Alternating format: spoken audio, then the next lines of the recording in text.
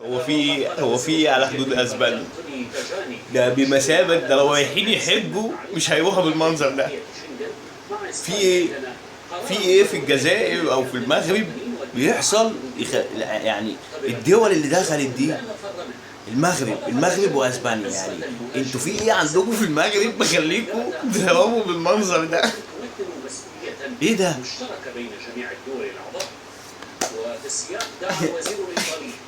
ده ولا اكنهم داخلين. انا مش عارف اقول لك ايه.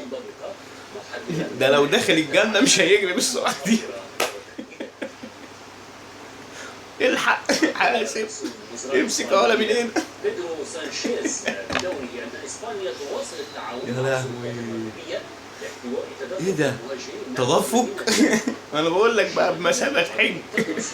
الناس مش قادره تقعد 5 دقايق على بعض في المغرب. خلاص الشرق الاوسط بقى وباء. يا نهار ابيض، يا نهار ابيض. طب الحق اجيب العموم يطلع المغرب بكره. هتسيب الثغره مفتوحه ولا هاجي الاقي قفلتها؟ الوضع مهزله والله. انت متخيل المنظر في الفيديو؟ الاف بيجروا، بيقول لك 48,000 استاد بيجري عشان يعدي حدود دوله. ده مسخره. حد يشد الجوان من ايد الحكم، ده باين عليه فاكر الدنيا عنب والاخوه متحبين. والله ده خير بتاع الاخر.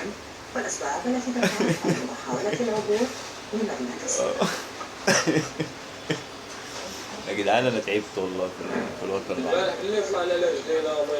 انا مش عارف بصراحه اقول لكم ايه على حالكم. كل واحد ربنا يعلم بحاله. بس المنظر غير طبيعي.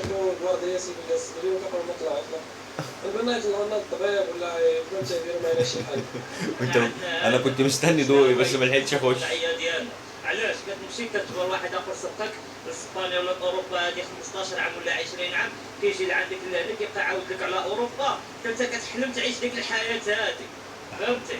حنايا هذا بعد 3 حوايج اساسيين ما عندناش في البلاد. خلينا الطابلو الخير كيقدر يصور الطابلو ديالو. شنو هو؟ الصحه والتعليم والعداله. انا كنت غنموت، انا سمعت ولادي 4 هنايا ومهاجر. اشنو الداني انا في اسبانيا؟ الداني زعما انا راه شبعت الخبز. حتى انت عايز تسافر فين؟ القهر والفقر. القهر والفقر، بص احوالهم برضه متدنيه لاسوء الاحوال. ده تقريبا الوطن العربي افريقيا كلها. طب ما تبدونا واحده هيدروجيني كده ويلا بقى خلصوا. احنا والله انا زهقت. هيحصل ايه يعني؟ النور هينور وخلص. بس بلاش بقى شغل الاصابات بقى والكلام الفاضي. يعني هتموت ايه ما بجيش. انا اديني والكلى يا اما تشد الجوان من ايد الحكم. تمام. عشان انا تعبت خلاص. 20 شخصا أصابت وأصيب 42 بعد انقلاب حافلة في ولاية بورداس شرق الجزائر في الجزائر بحسب ما أفادت به الحماية المدنية. والله العظيم. نتكلم عن الصعيد، حضرتك شفت النسب ب 50 و40 في المطلق. كمان 20% من طلاب الطب في جامعة القاهرة وجامعة عين شمس 20% بيسقطوا في كلية الطب. هل دول لأنهم غشوا؟ لا ما غشوش، لأنهم دخلوا الكلية دي استخسار للمجموع أو دخلوا الكليات دي استخسار. حضرتك بترجع لنفس النقطة. هو ايه اللي هو بيقوله ده؟ حضرتك مدير تحرير جريدة الأخبار وخبير التعليم. خبير؟ ودخلوه كلية لا يرغب الدراسة فيه.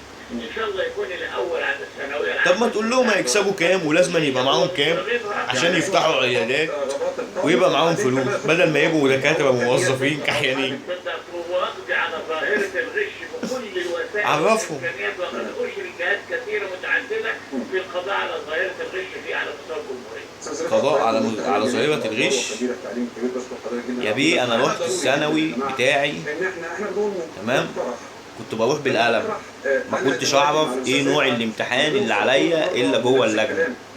3 سنين. الاسره او البيت تمام؟ النهارده يشوف قدرات يلا بينا هو بقى. ممكن يكون جايب مجموع تجد أفلافي مجددا. الأجهزة بتاعت الجراحة الملكية. ونجحت. عايز افهمك ان انا ونجحت أصحاب الفكرة وناجح في الرسم الهندسي اللي هو اهم حاجه في الوقت ده. جماعات مدعومة بالدولة بحجم إيران. لكن ايران الان حاله الآن وهذه الفرصة لدى المفكر الشيعي. نجحت في الايه في العمل لدى دولة التنفيذي البحرين وللحق بدون اي خبره.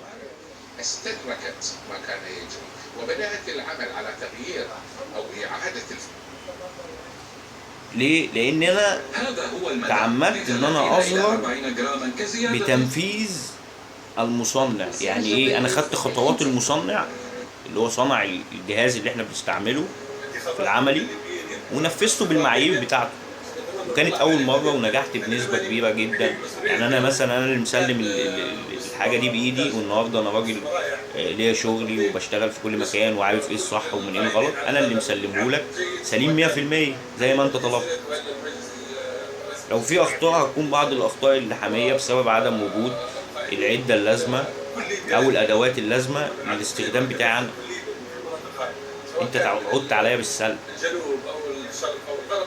لمده ايه؟ لمده 15 يوم او اكتر من 15 يوم كمان.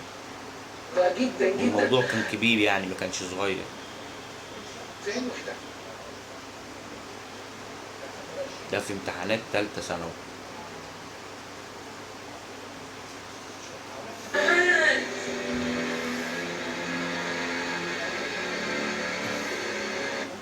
المهم بقى ذكرت على الحريق، لكن المخاوف إن أنا إذ لا يزال حريق لازم في منطقة أفلا يعد الأكبر. يعني انا بص عملت الحمد لله تعويض وعوضت اللي كان ضايع مني في التعليم وفي العلوم وفي المعرفه وفي النظام وفي القوانين وفي الإنسانية.